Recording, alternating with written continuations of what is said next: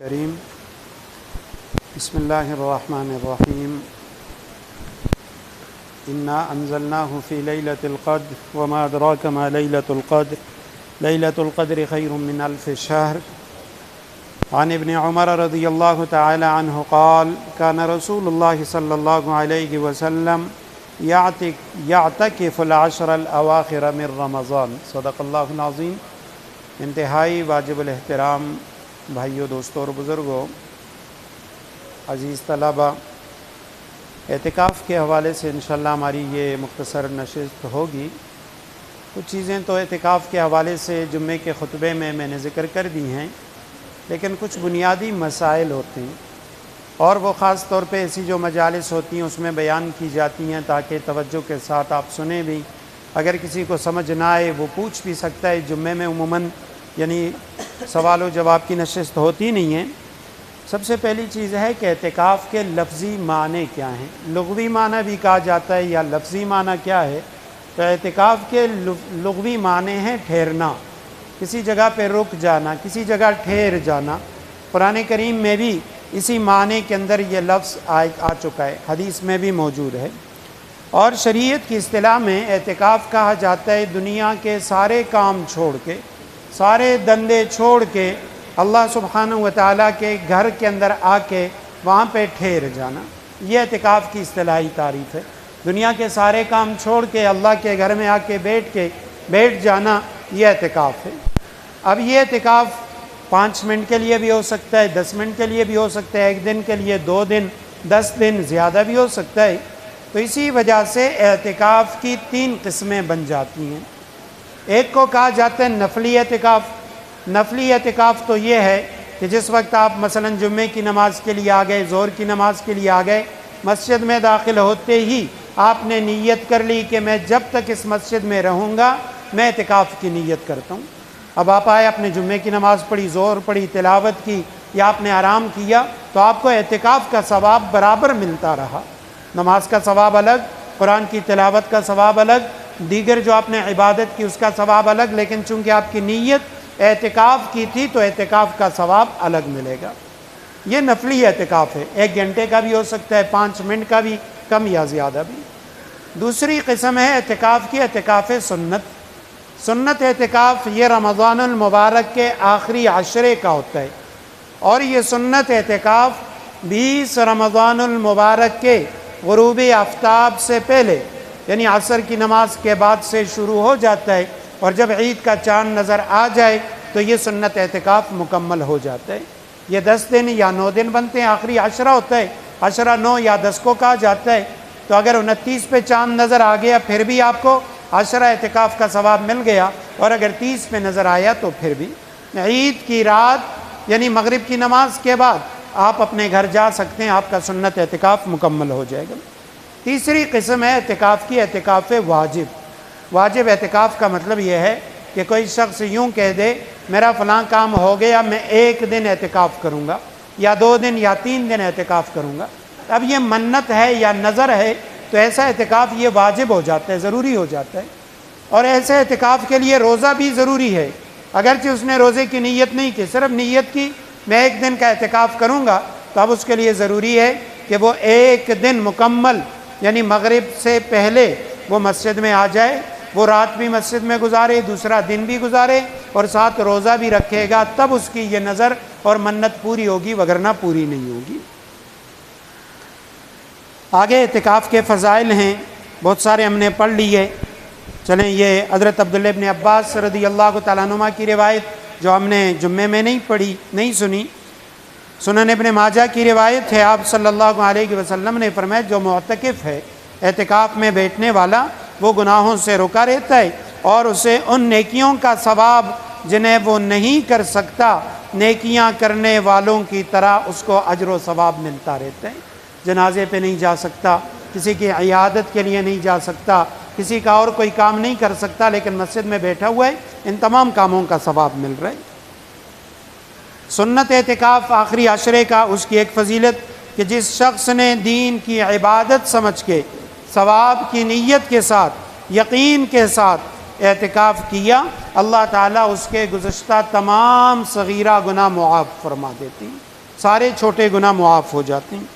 اور ایک اور حدیث مبارکہ کہ جس نے محض اللہ سبحانہ و تعالیٰ کی رضا کے لیے ایک دن کا اعتکاف کیا، اللہ تعالیٰ اس کے اور دوزخ کے درمیان 3 خندقیں حائل کر دے گا جو لمبائی اور چوڑائی میں خافقین سے زیادہ وسیع ہوں گی، یعنی زمین و آسمان یا مشرق و مغرب سے زیادہ وسیع ہوں گی۔ حضرت عبداللہ ابن انیس رضی اللہ تعالیٰ عنہ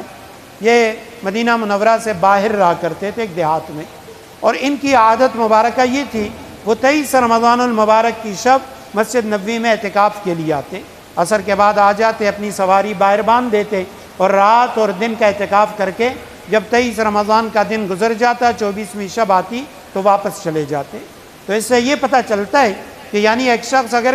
سنت اعتکاف نہیں کر سکتا تو طاق راتوں کا نفلی اعتکاف بھی کر سکتا ہے۔ بہت سارے لوگ ایسے ہوتے ہیں جو سنت اعتکاف نہیں کر سکتے، مجبوری ہوتی ہے، کوئی ڈیوٹی کر رہا ہے، کوئی اور اس کی مجبوری ہے، دکاندار ہے، تو ایسے لوگوں کے لیے غنیمت یہ ہے کہ وہ رات کو مسجد میں آ کے رات اعتکاف کی نیت سے گزارے، عشاء کے وقت آ جائے اور تراویح پڑھ کے اس کے بعد رات مسجد میں گزار دی۔ اگر سحری کا انتظام ہے تو اچھی بات، نہیں تو سحری کے لیے گھر چلا جائے۔ کم از کم رات اگر لیلۃ القدر کی ہوگی تو اللہ کے گھر میں مسجد میں اس کو لیلۃ القدر کی رات اس کو مل جائے گی، اس کا ثواب مل جائے گا۔ اگر کوئی یہ بھی نہیں کر سکتا تو کم از کم جو طاق رات ہیں 21، 23، 25، 27، 29 وہ مسجد میں گزار دے۔ اگر دن نہیں کر سکتا صرف رات، یہ بھی نہیں کر سکتا تو 2-3 راتیں یا کم از کم آخری جو 3 راتیں اس کا اعتکاف کر لے، نفلی اعتکاف 3 دن اور 3 راتوں کا، یہ بھی کر سکتے ہیں۔ اعتکاف کے لیے کچھ شرائط بھی ہیں۔ یہ جو اعتکاف کی شرائط ہیں یہ نفلی اعتکاف کے لیے نہیں ہے بلکہ سنت یا واجب جو اعتکاف ہے اس کے لیے شرائط ہیں۔ پہلی شرط یہ ہے مسلمان ہونا، کافر اعتکاف کا حل نہیں ہے، اس کا اعتکاف نہیں ہوگا۔ نمبر 2 عاقل ہونا، مجنون دیوانہ اگر اعتکاف کرے گا اس کا اعتکاف ٹھیک نہیں ہوگا، اور نہ ہی اگر سنت اعتکاف کوئی مجنون کرے گا محلے والے وہ یعنی سنت اعتکاف سے ان کا جو ذمہ ہے وہ ساقط نہیں ہوگا بلکہ گناہگار ہوں گے۔ جیسے چھوٹے بچے کا مسنون اعتکاف نہیں ہو سکتا، مجنون کا بھی نہیں ہو سکتا۔ باجماعت نماز والی مسجد میں اعتکاف کرنا، ایسی مسجد جہاں 5 وقت کی نماز نہیں ہوتی وہاں آپ سنت اعتکاف نہیں کر سکتے، نفلی اعتکاف کر سکتے ہیں، سنت اعتکاف وہاں نہیں ہوگا۔ اعتکاف کے لیے ضروری ہے روزے کی حالت میں ہونا، اور اسی طرح اعتکاف کے شرائط میں سے ہے مرد اور عورت دونوں کا جنابت سے پاک ہونا۔ لہٰذا اگر کوئی خاتون بیمار ہے یعنی ماہواری کے ایام میں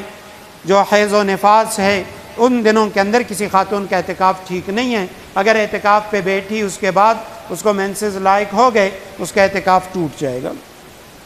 اعتکاف کے کچھ آداب بھی ہیں، کوئی شخص اعتکاف کے لیے بیٹھنا چاہتا ہے اس میں شرائط موجود ہیں۔ آداب یہ ہیں کہ ثواب اور نیکیوں کی باتیں کرے، مسجد میں نوافل ادا کرے، قرآن کی زیادہ سے زیادہ تلاوت کرے، کوئی مستند تفسیر وہ اپنے پاس رکھے وہ پڑھے، کوئی حدیث کی کتاب، مستند علماء کرام کی کوئی کتابیں وہ کتابیں پڑھے، اور کچھ چیزیں ایسی ہیں جو اعتکاف کے اندر مکروہ ہوتی ہیں، اس سے آپ کا اعتکاف مکروہ ہو جاتا ہے، آپ کو مکمل ثواب نہیں ملتا۔ مکروہات کون کون سی ہیں؟ نمبر 1 بالکل خاموش رہنا۔ بعض لوگ یہ سمجھتے ہیں کہ اعتکاف میں کسی سے بات کرنا درست نہیں ہے، وہ مسجد میں بیٹھے ہیں بالکل خاموش، سلام کا جواب تو دے دیتے ہیں، اس کے علاوہ کوئی بات نہیں کرتے، تو خاموشی کو عبادت سمجھنا یہ مکروہ ہے۔ بغیر ضرورت کے فضول گفتگو کرنا، بلا ضرورت گپیں ہانک رہا ہے مسجد میں کسی کے ساتھ بیٹھ کے وہ گپیں لگا رہا ہے، کوئی بھی آ جائے اس کو بٹھا دیتا ہے، بلا ضرورت بازار کی باتیں گھر کی باتیں کر رہا ہے، یہ بھی مکروہ ہے۔ اعتکاف کے لیے مسجد میں